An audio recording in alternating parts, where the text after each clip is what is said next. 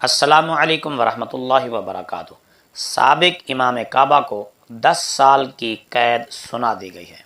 خیال کیا جا رہا ہے کہ صالح الطالب کو 2018 میں گرفتاری کی وجہ بتائے بغیر انہیں گرفتار کر لیا گیا تھا۔ سعودی عرب میں ایک عدالت نے 22 اگست کو خانہ کعبہ کے سابق امام اور مبلغ شیخ صالح الطالب کو 10 سال کی قید سنا دی ہے۔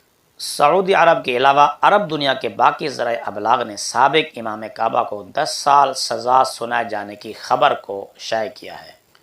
سابق امام کعبہ صالح الطالب سعودی عرب کی مختلف عدالتوں میں جج کی حیثیت سے خدمات سر انجام دے چکے ہیں، جن میں دارالحکومت ریاض کی ہنگامی عدالت اور مکہ مکرمہ کی ہائی کورٹ بھی شامل ہیں، جہاں انہوں نے گرفتاری سے قبل کام کیا تھا۔ ان کی گرفتاری کے بعد انسانی حقوق کے گروپوں اور سعودی مخالف مختلف ذرائع ابلاغ ان کی سزا کو اس خطبے سے جوڑ رہے ہیں جو انہوں نے برائی کو مسترد کرنے کی اہمیت کے بارے میں دیا تھا۔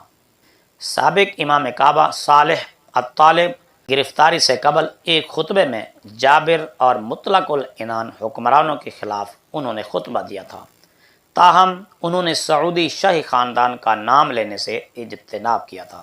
بتایا جا رہا ہے کہ صالح الطالب کو سعودی حکمرانوں اور سعودی حکومتی پالیسیوں کے خلاف تقریر کرنے پر اور خطبہ دینے پر گرفتار کر لیا گیا ہے، اور 2018 کی گرفتاری کے بعد ان کو اب اگست 2022 میں 10 سال کی قید سنا دی گئی ہے۔